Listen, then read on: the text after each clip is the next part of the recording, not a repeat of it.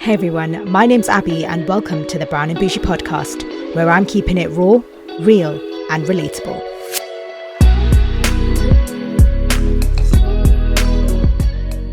Hello, and welcome back to another episode of the Brown and Bougie podcast. So as you can tell, I've got a super special guest all the way from Denmark, and it's actually my first male guest, which I sort of just clicked like a couple of minutes ago. So it's my pleasure to introduce Vithu the poet, or Vithu. So I'm going to let him do the introduction as always. So hi, tell me about yourself, and it's my pleasure to have you here. Yeah, hi. Thanks for being here.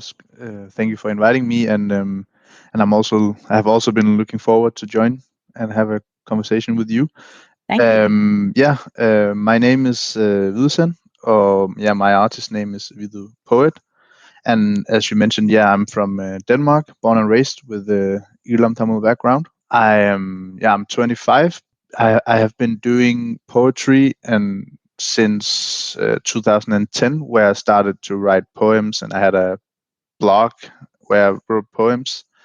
And then it has been on and off. I've also been doing some other creative things like writing sketches. I've tried out singing, different kind of stuff just to see what really sparks my interest. And then after a few years where I didn't do as much poetry, I got into it again because when I was in uni, I saw that they had this forum for poetry slam, which is a way of it's a sort of a competition, but not really a competition. It's where you perform pieces of writing. It can be rap, poetry, etc.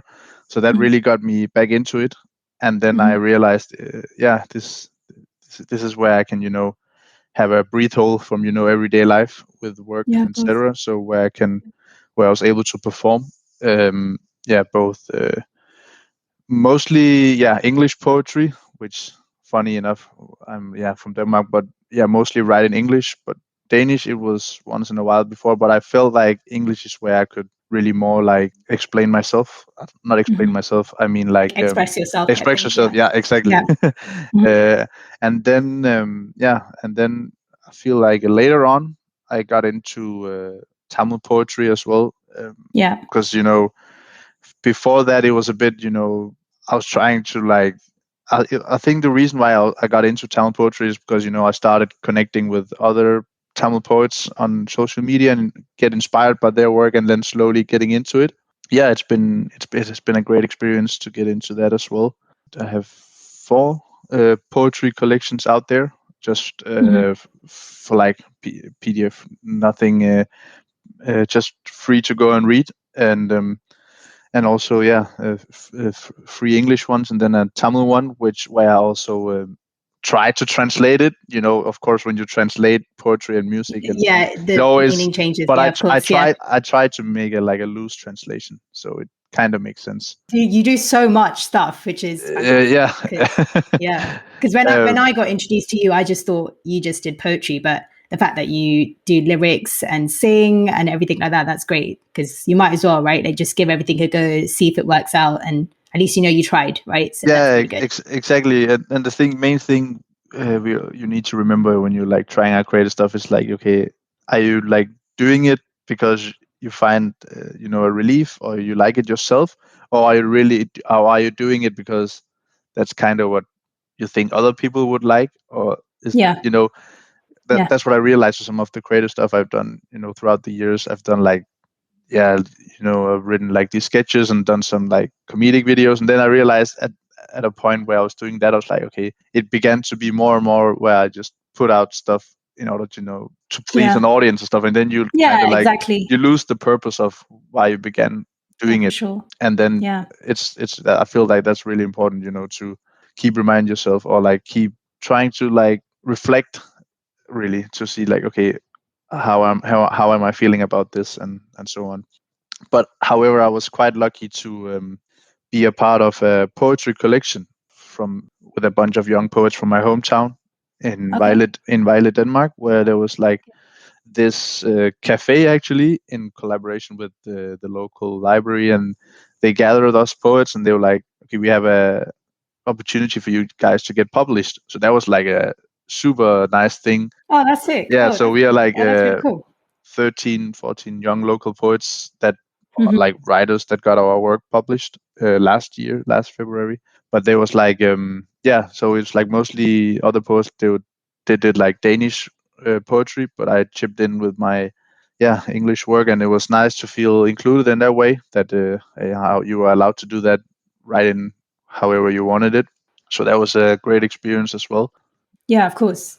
No, because I think, again, like I said, when I started following you, I just looked at your poetry and stuff. And Yeah. I think for me personally, I mean, I've never heard of anyone in London who does poetry, because I feel like, you know, people do content creation, people do, they do, little inspirational videos. They might do that in Tamil, English, whatever. But I think poetry is very niche. And the reason why I say that is because, like, when I was growing up, for example, if you said to me, write a poem, you know, like there's such different ways of writing a poem in terms of Tamil and also English. The style is different, the format is different. For me, with Yes. Tamil, I didn't ever feel there was for me personally, I don't think Tamil has a format. Whereas English, there's rhyming, there's syllables and things like that. And I think it's really hard to get around. And for the fact that it's your, you know, obviously Danish is your first language, I think it's inspirational that you do both in a second and a third language, which is insane to me. So how did you go about that? Like, where did the concept of poetry come from? You know, was it something that you've always done, or where did that sort of come from? It came from actually like a personal event in my life, because when I was around back in 2010 when I started, I was around 15 years old, and I've just lost like my second grandparent. It was my grandmother who then in the last year before her death, she lived with us in Denmark. She used to live in Netherlands. Yeah, and I realized like as a term of coping with that loss and like getting all my thoughts. I found it helpful, start writing. That's good. And That's great. Yeah. not necessarily about the loss, but also about other stuff. I felt like it was a way of as a creative outlet. So it's definitely you probably heard the same with people who do like art or music or some other kind of creative stuff. It's a way of letting out thoughts and energy. And so that's how I got started. But back then I remember it was like frustrating when I like try to go with a thing, and then you get like positive feedback but also like negative feedback, and then you like but now I realize it's there. Of course you can't make everyone happy and so on, even though it sounds like of course that makes sense. But I feel like back then you don't necessarily always think that. It's more like that's then you like put yourself down and then you try to work up from that.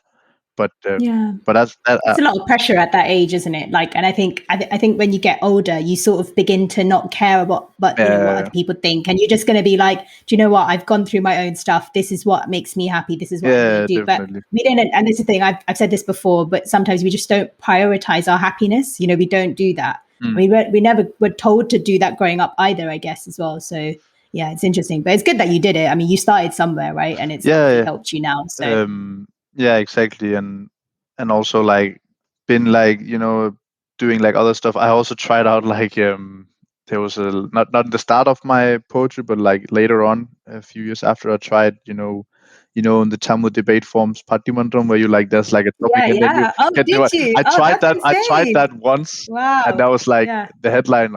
It was like something about religion, the influence of like religion, and so I can't remember the exact headline, but it was about so there was like you get put to a side, or you pick a side, and then you like write arguments and things like that in Tamil as well. And I was like, okay, let me try this out. It's very hard because you can't even mix English or Danish when you speak. Like it's proper like Sutta Tamil, right? Like it's but crazy. I tried, but it was a good experience. And my mom was like, oh, I can make a family friend look through. And I was like, no, I felt quite confident with what I came up with.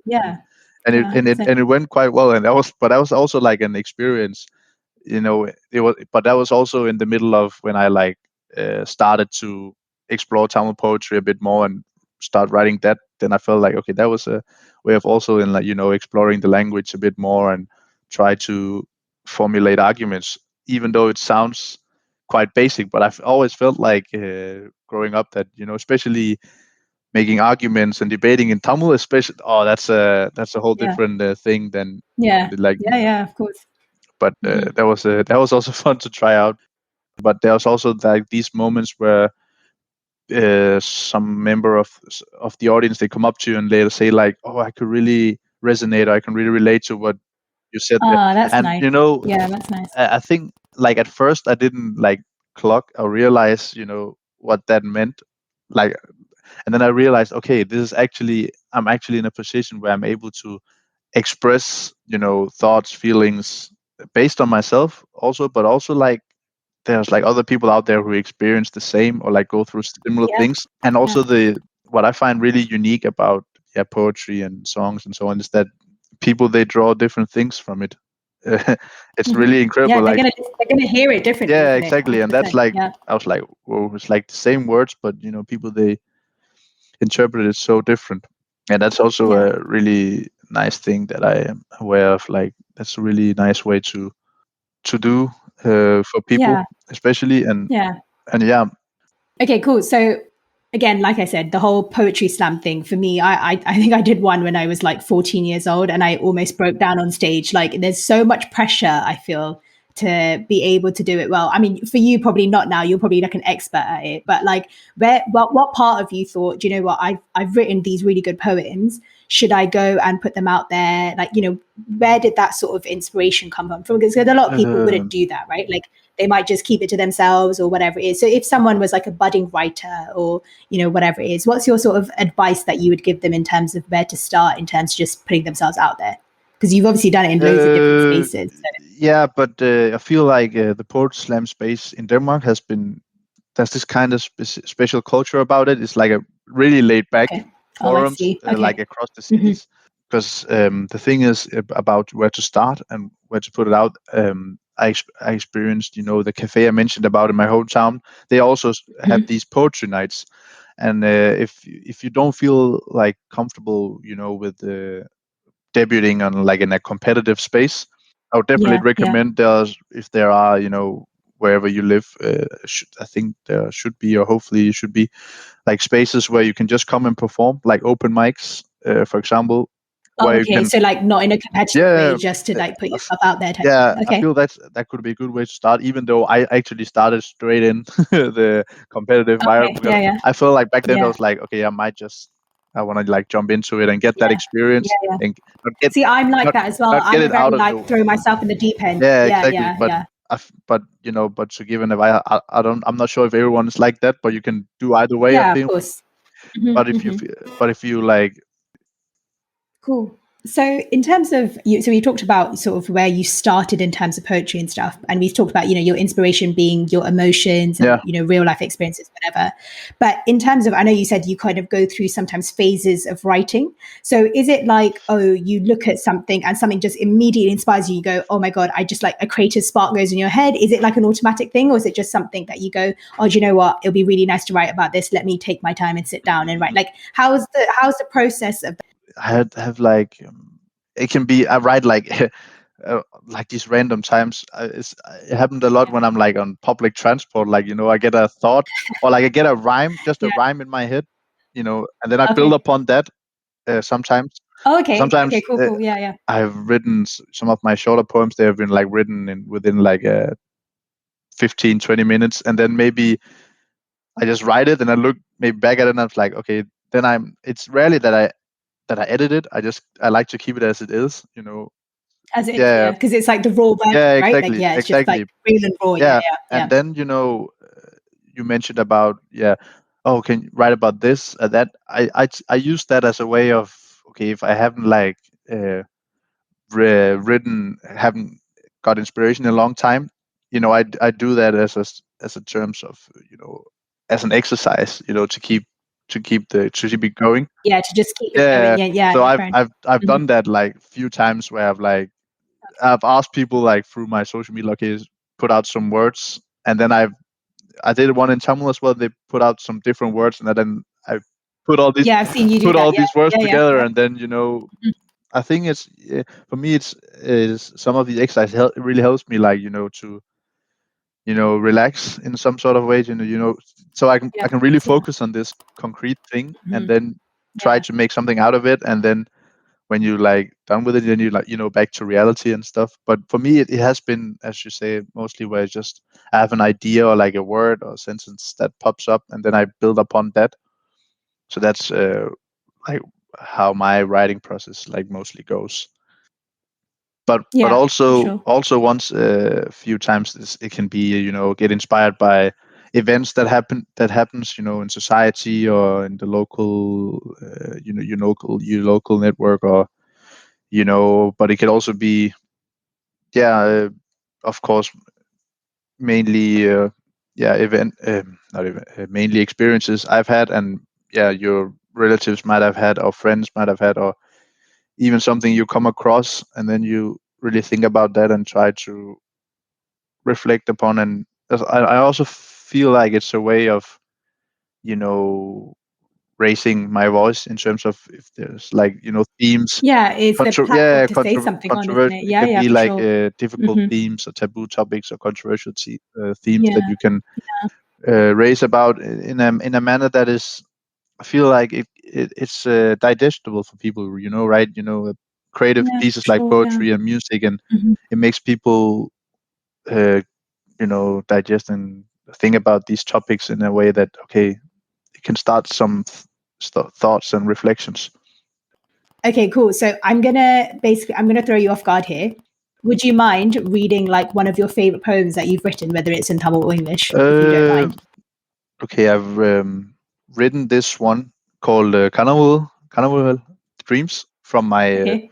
It's Hmm. from my Tamil poetry collection called Vali Bevarigal, which I translated to like a tale from youth or something like that.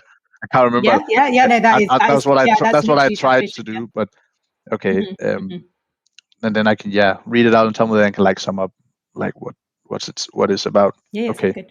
உன் கனவுகளை மறக்காதே, உன் கனவுகள் விட்டு பறக்காதே, கனவுகளை நம்பி வாழ்வது நம் முயற்சி, கனவுகளை நம்பி வாழ்வது நம் பயிற்சி, மற்றவனுக்கு ஆதரவு கொடுத்தால் அது நம் வளர்ச்சி, சமுதாயம் படைத்த அடையாளத்தாய் பிரிகிறோம், அன்பு ஆதரவு கொடுத்து ஒன்றாய் சேருவோம், ஒவ்வொரு மனிதனுக்கு ஒவ்வொரு பயணம், ஒவ்வொரு மனிதனுக்கு ஒவ்வொரு தனித்தன்மை, அன்பு புரிதல் மரியாதை அதுதான் நேர்மை. That was so good. That was so good. It was like nice, short, sweet, Yeah, punchy lines. for me, That was like, great. That was so good. so that's what basically what the poem was about. In short, it was, because we all live everyday life with dreams. It could be, The dreams, it could yeah, of be course. creative wise, it can be career wise, but of course there will be Yeah, times where you feel like you're not in the position right now to achieve that. It can be definitely in terms of career or in creative spaces or whatever.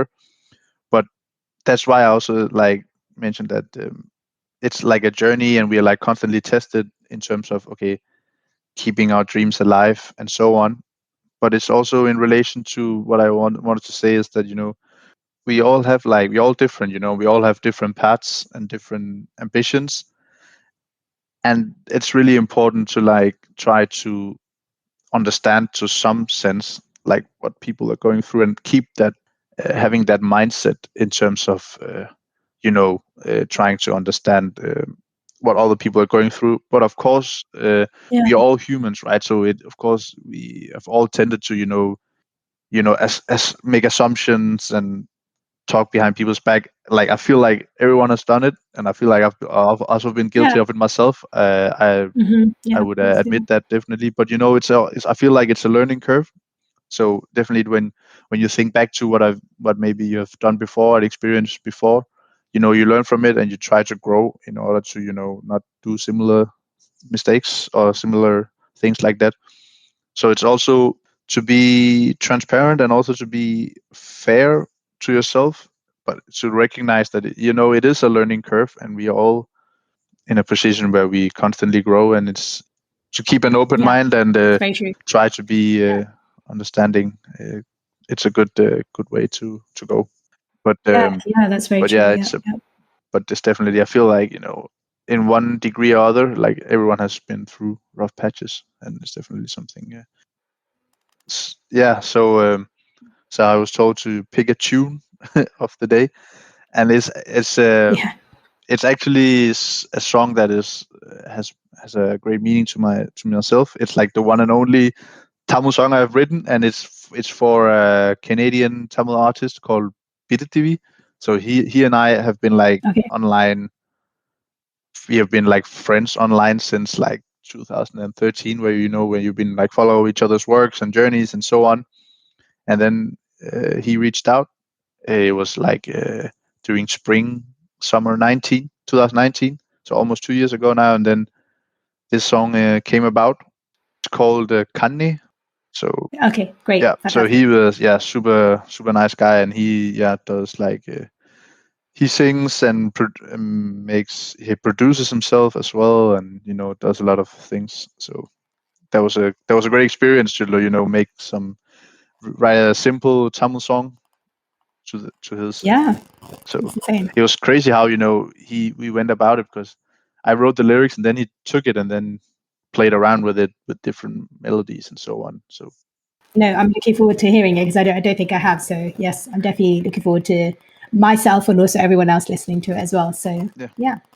Cool. Well, thank you so much for coming. My pleasure. I really appreciate the time you've taken to talk to us. Like I said, like literally, I'm so inspired by what you do. The fact that you do this in Tamil, Danish, English, it's crazy to me.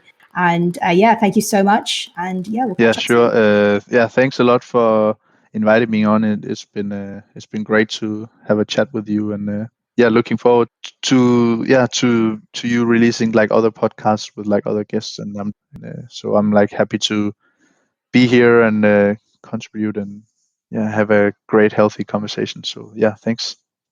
Thanks again for listening. If you enjoyed this episode, don't forget to like, comment, share, and subscribe. To catch all the latest from me, you can follow me on Instagram at the Brown and Bougie Podcast. Thanks again, and I'll see you next time.